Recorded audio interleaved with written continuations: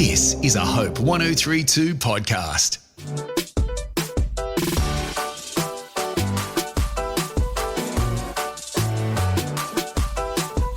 Hello, welcome to Undistracted. I'm your host, Laura Bennett, and this is the podcast where we learn from our guests how to be better at building our lives with intention around our passions, our purpose, and deal with some of the stuff that gets in the way of it.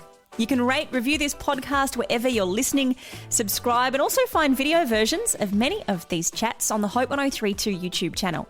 Our guest today is songwriter and worship leader Matt Crocker. He spent more than 2 decades with Hillsong's touring band United, known for co-writing songs like Oceans, Let There Be Light. He recently stepped out with his own solo project after many years of transition and change in the world, in his family, and also in Hillsong Church. He recently made the move from Sydney to Nashville and spoke with me in this conversation about his debut project Interlude, what it's like trusting God through transitions, his perspective on getting older, and some of the uncompromising sure things he's kept with him throughout life. Let's welcome Matt to the show.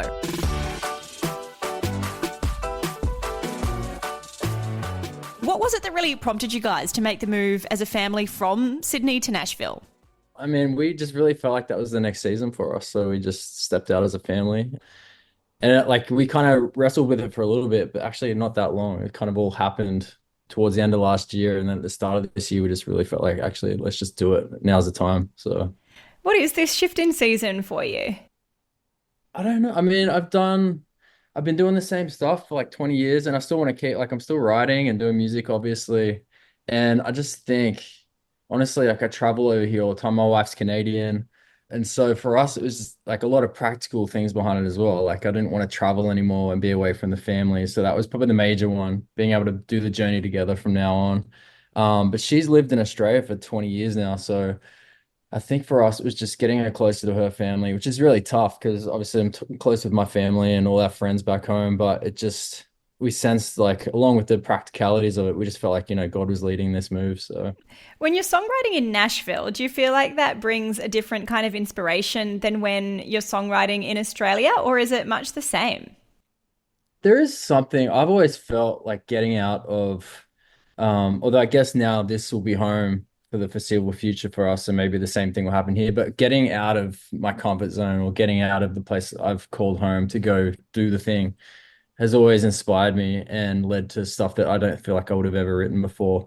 So now being here again, maybe that role will reverse and I'll travel to Australia, right? And it'll be more inspiring. But honestly, it's much the same. It's writing with amazing people and just being inspired by others. I do a lot of writing with other people, so. Yeah.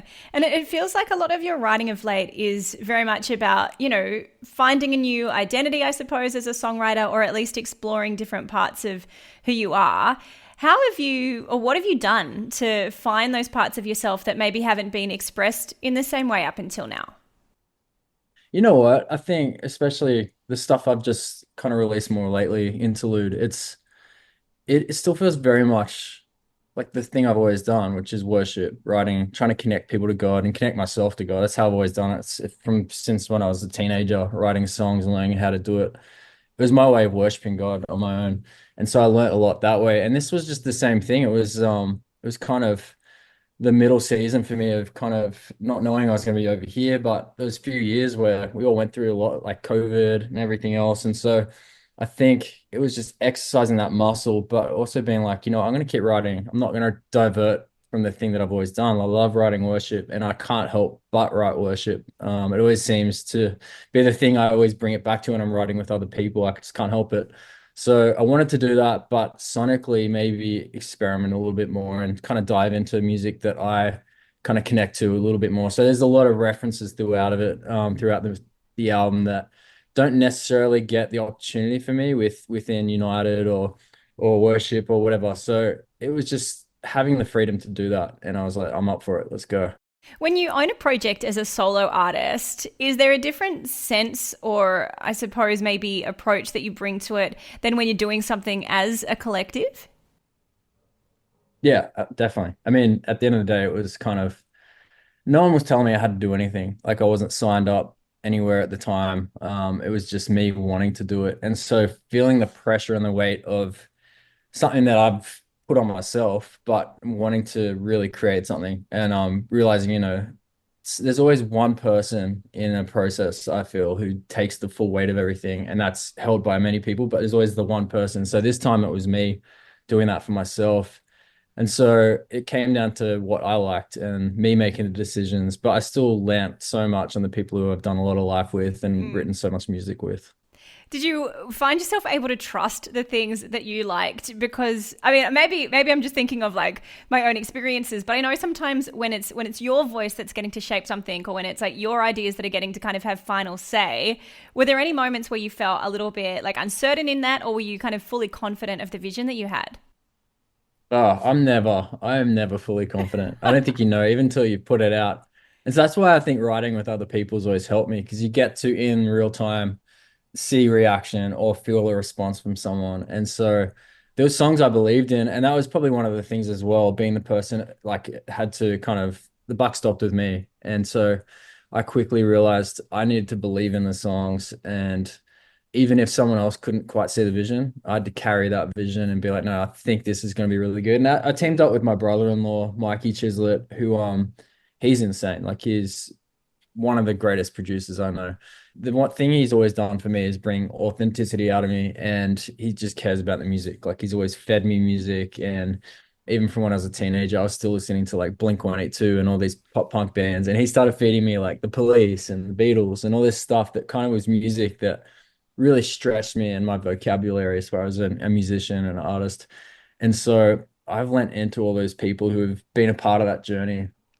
What do you think You know, has held you back until now to write some of your own stuff? Because at the time when you were gearing up to release Interlude, anyone paying attention to some of your friends' accounts, whether it's Brooke Lidgettwood, whether it's, Benjamin Hastings, any of these guys, they were all so excited to see you releasing music. And all of them were saying, it's about time this guy, shares something of yeah, himself. What was it that had you maybe a little bit tentative to do that up until now?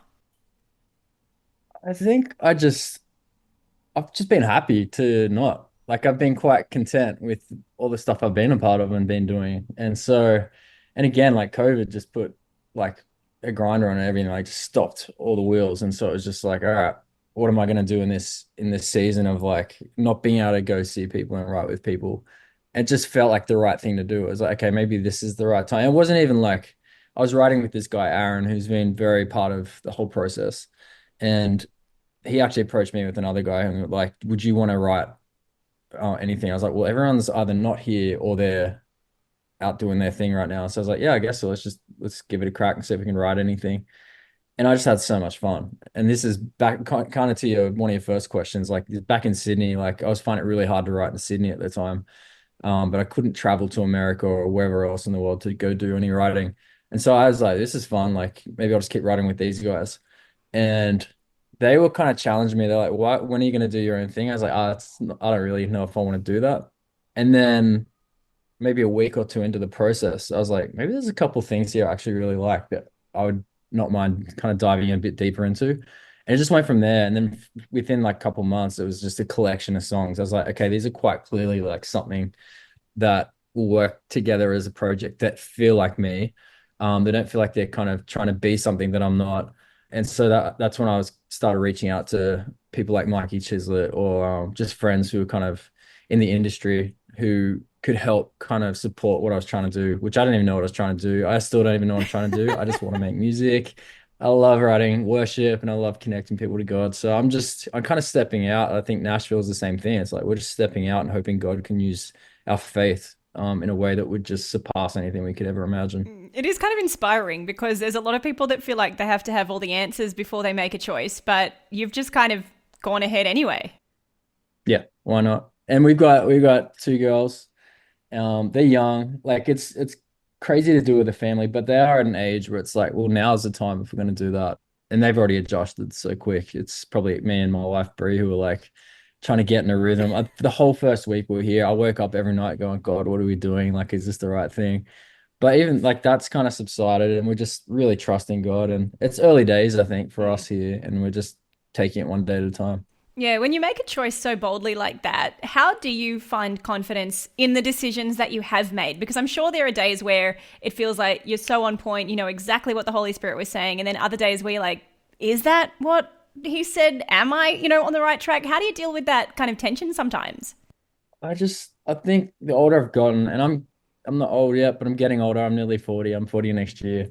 So maybe a little bit more wisdom starting to come in. But the wisdom for me is like you don't have it all together. And so like even like I'll read like when I'm reading Romans right now, and it's like, okay, what I read this morning, I'm so quick to forget things. And it's just making sure like you have an awareness like in a moment, like that's my prayer. The Holy Spirit just remind me like of what it is you spoke to me earlier today, like that I don't forget things so quick because we're human. It's our human nature is to forget things so quick. And so, yeah, I don't know. I think for us, it's just like we're not in any rush to do anything, or we're not that ambitious. We actually just trust that God's in this decision and He's going to honor it because we've stepped out in faith. When you're writing Interlude, that does speak, of course, to the in between a Yeah. before and an after. What is this in between season that you feel like you're in? How would you describe it? Obviously, like I'm writing it about myself, but I think everyone has an interlude or many like kind of times of their life where it's this in between. It's the thing that was and what's coming, and they don't know. But like, it's this moment now, or it could just be literally between yesterday and tomorrow and what's happening today. I just think for me, it's like it's that thing that everyone goes through. So for me, it was like I'm not necessarily writing any kind of themes in there that are speaking to anything specific. It's more just I think the overall project was like, I'm just gonna keep doing the thing that I've always done. And like how it's almost like that was my upper room in the moment. Like I'm gonna keep pressing into God. I'm gonna go up there, I'm gonna pray, I'm gonna worship, I'm gonna keep writing songs, doing the thing that I believe that God has put in my one of the things He's put in my life to do, write songs and connect people to Him and just honor Him with the life He's given me. So there's nothing, no specifics, especially throughout the album, but it just spoke to me that this would speak to people. It's, I guess, like art. If you look at a piece of art, there's clearly like a picture there that the artist has made that speaks to them. But we're told that the great artists will connect people in their own way to whatever art they created. And so my hope was that this would connect people in their own way to whatever the stories that they're going through, and it would resonate with them. The last few years, especially, have been ones of so much change for so many people. Of course, in your context, in church, in music, in life, so much change. Was there ever a point where you felt like maybe music wasn't going to be what's next for you, or where there was that kind of sense of asking what's next in the midst of change? Or has it always felt like a natural thing that you would come back to music? We actually we kind of moved out of a house that we renovated throughout like COVID, and our plan was kind of like maybe we just want to like go farm or something. We didn't know. It was another kind of like we're not sure what we're doing. It's like everything was just upside down, and so we are like, all right, let's just like it felt like something we wanted to do, and I kind of felt like God was like, what do you want to do? You can do this or you can do that, and so it kind of felt like there was balls in my court. I was like, why don't we just buy this patch of land and like start raising animals or something and just see if we because it was kind of where I grew up. I've never done that, but my wife's pretty passionate about it, and I was like, let's just see what happens. And that was only for a year, and we quickly like it wasn't actually quickly, but it was more like I was like, okay, when are we getting animals? When are we doing this? And there was something kind of holding her back. And I was like, well, you need to make the decisions here because it's the thing that you're gonna have to carry this part of our life. And we kind of realized we came over here about this time last year and realized, I don't know, it was like our stomach started stirring a bit when we hear everyone's going, are you guys moving to Nashville? Like, we're not moving to Nashville. And then we talked to someone about it while we're here who he's managing me now. He brought it up, and then it kind of hit a bit harder, and we're like, maybe I don't know. So we talked about it and didn't make any decisions till January. But honestly, we kind of like that was a time where I was like, maybe this is what we're gonna do now. And music's been great, but maybe the future's different for us. And I don't know if it ever will be. Like, I think I kind of enjoy like not knowing what the rest of this year looks like, or like learning that I'm going to be talking to you today. I only learned that like yesterday or the day before, and it's like I don't know what honestly I do not know what I'm doing. I just know that my whole life has been based on trusting God, and so I don't think I can see a time in my life in the future where I'm not going to be writing songs because it's just something I can't get away from. But I hope there's other parts of my life that pop up that are just kind of really fun surprises. I'm sure that I was going to say the disorderly way that you live, but not everybody would see it that way. Some people would see it as that is the absolute dream to like not know what's happening tomorrow and to just kind of go with it. Others would be like, oh my goodness, I need more detail. I need more structure. Have you found, the sort of the way that you operate, the way that you are, is that something that you get a lot of pushback for? Has that been something that you've wrestled with over the years? Or in the kind of creative space that you occupy, is that just kind of more normal for you? I mean, there was that 10, 15 years, especially with United, traveling with United, it was like every year we did this. It was like this kind of stuff was booked in. So it was coming up, and then you get home, you do church, you do life, you be with friends and family. And so it was kind of more routine then. But now it's like we're privileged to be able to even live a life where it's like the routine's a little bit out the window at the moment, but I don't want to live too much life where it's like, okay, we're not locked in. We're just in this weird time spans where it's like we moved country and it's like we're trying to settle in. But it doesn't worry me. It definitely like at some point I'm like, all right, I want to lock in and get like kind of get going and figure it out.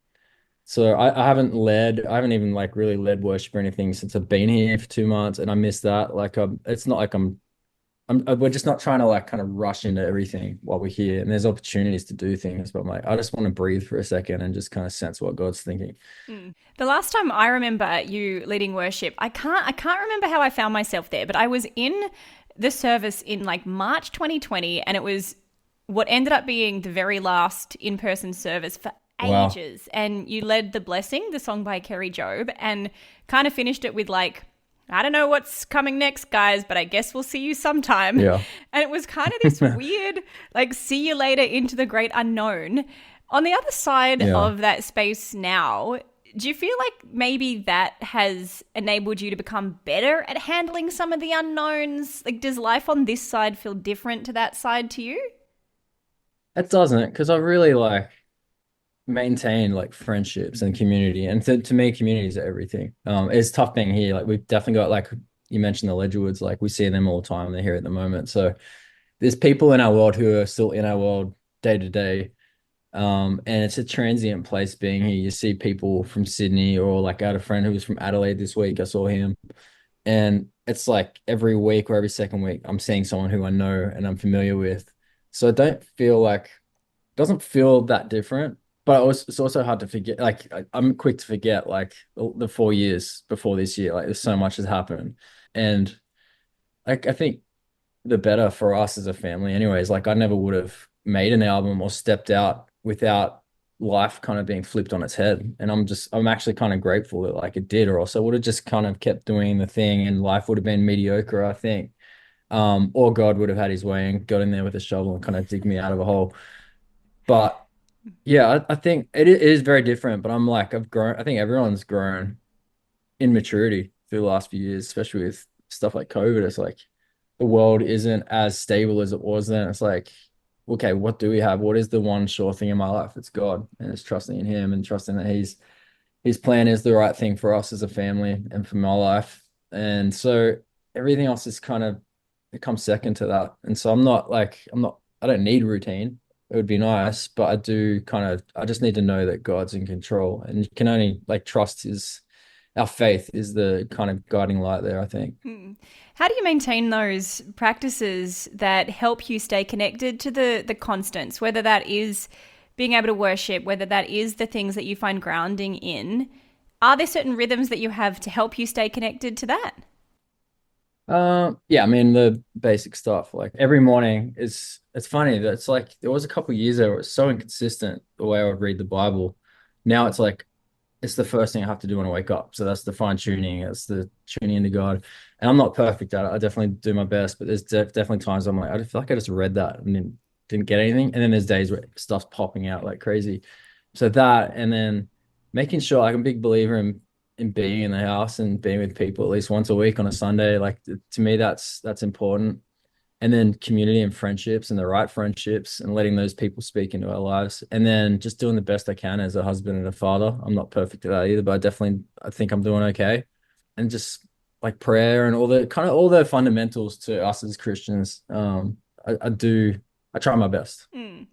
And friendships, I mean, don't we all, right? Like I feel like a lot of people can kind of relate to that. But friendships are such an important dynamic of community, yes. And I think the things that lead us forward in life. What do you look for in the friendships that you prioritize?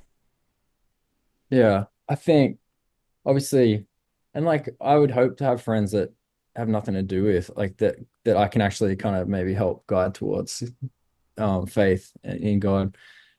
But for me, the ones I want to let speak into my life are the ones that are godly friendships, and the ones that maybe they're a little further ahead than me in life, or we're just doing the journey together.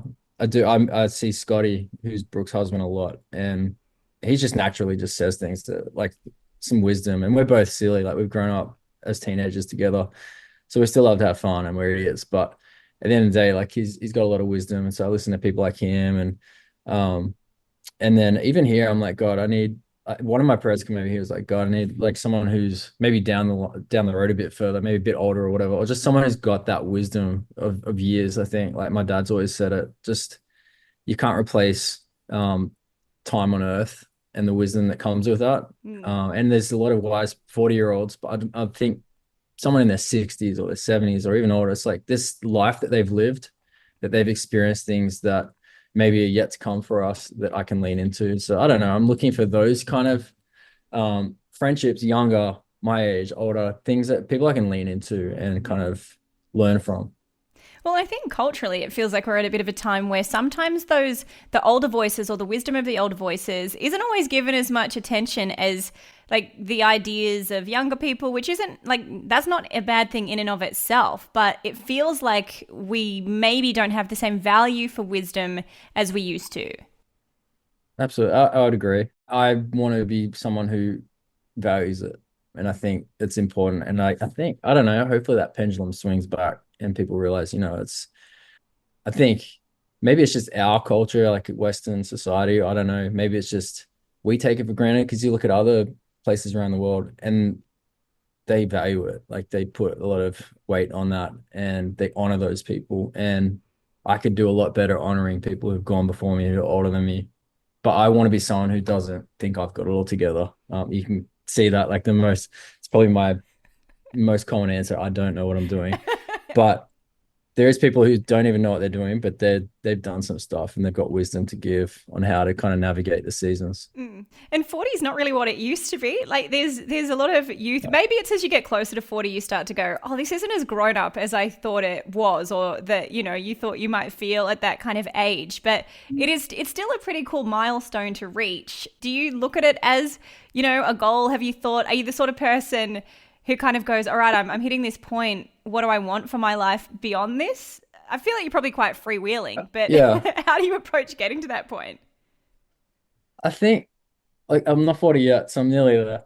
But kind of the checkpoint for me was the age that my dad had me, and I've kind of crossed over that in the last couple of years. And like, wow, now I'm living the age that my dad was when I was one or two or three. It's funny, like when I look at it like that, more than like reaching 40. Mm. And yeah, you kind of get to those points of your life and you're like, well, I still feel good. Like it's like, and like you talk to some people who are older and they're like, I don't, in my head, I don't feel old, but yeah, my body is starting to decay or whatever. And so I'm at that age now where it's like, I probably need to look after my body a little bit better. Stop eating ice cream and doing stuff like that. But I feel great. And I think like, I don't want to be someone who's trying to be cool and trying to be young, but I think, I think There's there is nothing something in worse. these days where it's like, yeah, I think but like we're all influenced by whatever it is that we let into our lives. And so like, I don't know, it's like the place I get coffee every morning, guys are really cool there. So it's like, I don't know if that's one of the things that like influences me, but maybe that's keeping me young. And so like, I kind of want to be around people who are, I can quickly just get really grumpy and old, but I like if I'm around the right people, it kind of keeps me young. Mm. And so, yeah, I'm challenged by that. Yeah, and to not link older age with your new single Skeletons, but it kind of goes, hand in hand to talk about what you have been doing and where you are going next. And this new single Skeletons, it really does speak to some of the constants that we've mentioned. It's also really sonically something that one of the songs I really loved on the album Interlude as well. What was the backstory for Yeah. Skeletons for you? I mean, well, it's obviously talking about Valley of Dry Bones and the promises of God. I think for me, I wrote that with a group of friends as well. And The thing with songwriting for me is it's not like I have a theme in mind straight away. It's kind of that I'll sing stuff, especially when I'm writing with someone like Joel Houston. He'll kind of just put his ear out while I'm singing, and I'll just be singing random things. And so we'll just capture like, okay, that word or that line you said there is really cool. So I can't remember what it was that I said, but we're just like, it'd be cool to write it around the valley of dry bones, around the promises that God's given us, and they're not dead, they're still ahead of us. Wake up, all the things that come along with that. And so we just had fun kind of musically with it, and it felt like the right thing to sing. And I feel like it's one of those stories in the Bible you could write or hear a song about 100 times, but it never gets old because it's something that we need to hear. That's the very quick story of that one. Yeah, I like that. I like how succinctly you kind of bring that to the table, and I guess it sort of speaks to everything you're doing with your music still now, talking about the promises of God and kind of inspiring, people to look for hope. I guess is that kind of a fair summation? Yeah, absolutely. Like I think God wants to breathe into your life. He wants to breathe new life into you. And so that would be that side of things where like, yeah, that speaks to me and what I'm doing with my life and get up, rise up and like let him breathe into your life. But I think like if you're a listener listening to this song, like what is it that you've kind of maybe let dry up, or do you just kind of what are the bones in your life that are kind of not doing anything that God's commanding to breathe, or commanding you to breathe into by just even by doing it. And so I don't know. I think that again, that would be kind of how I hope this album connects with people. Like they can see it in their own life. Like, what is it? What are the promises in my life that God has for me that maybe He's wanting to see come to life, and it just takes for us to kind of get up and do the thing. And you're writing songs at a time, I mean, you're moving to America at a time where there does seem to be like a different kind of inkling about what songs need to be sung, what's kind of happening in the Christian culture, in the way that Christians live their lives. What is your sense about what kind of songs need to be written right now for the church as it is right now at this time? Yeah, I don't know if I'll ever buy into like the one or two things. I think it's like God is endless. And so for me, it's like I can't help but maybe point people to him. And so like those kind of vertical, I'm passionate right now. Interlude for me was like, we're going to take more poetic license or take more license with the music to kind of be whatever. Now the thing I want to do is like write songs that like they're just so like you can't deny that it's literally about Jesus, it's about God, it's about our faith in him and our trust in him. And so it's like I don't know if the next thing for me is writing more poetry, but more just kind of straight. Maybe not songs that kind of you can't relate to because it's New King James Version or whatever, but like there's poetry in there to be said, but it's the truth of the Bible, truth of the word, truth of his word.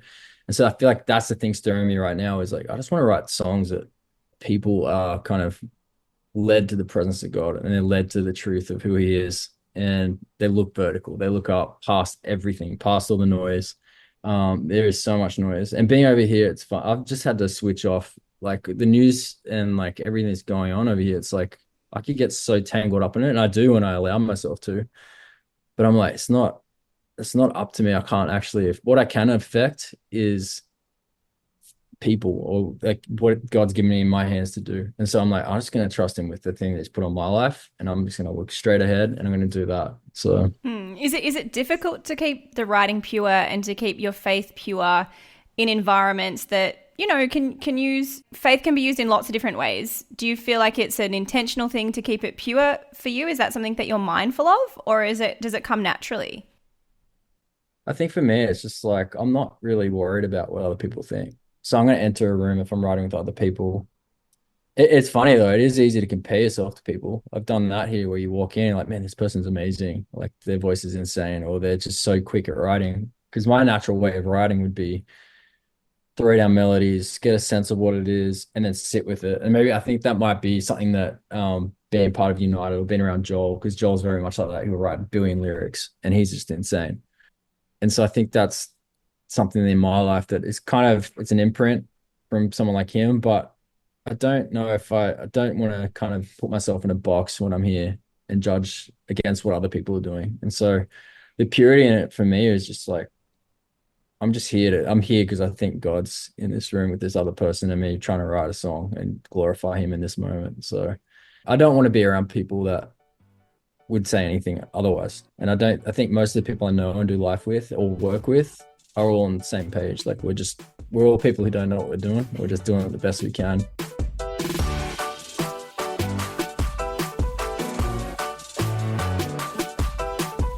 Thanks for listening to this episode of Undistracted. You can find more wherever you listen to your podcasts, of course, and also check out the video versions of a lot of these chats on the Hope 1032 YouTube channel. Hope you enjoyed it. You can let me know what you think. Find me on Instagram at laura.bennett_. And until next time, enjoy living this undistracted life.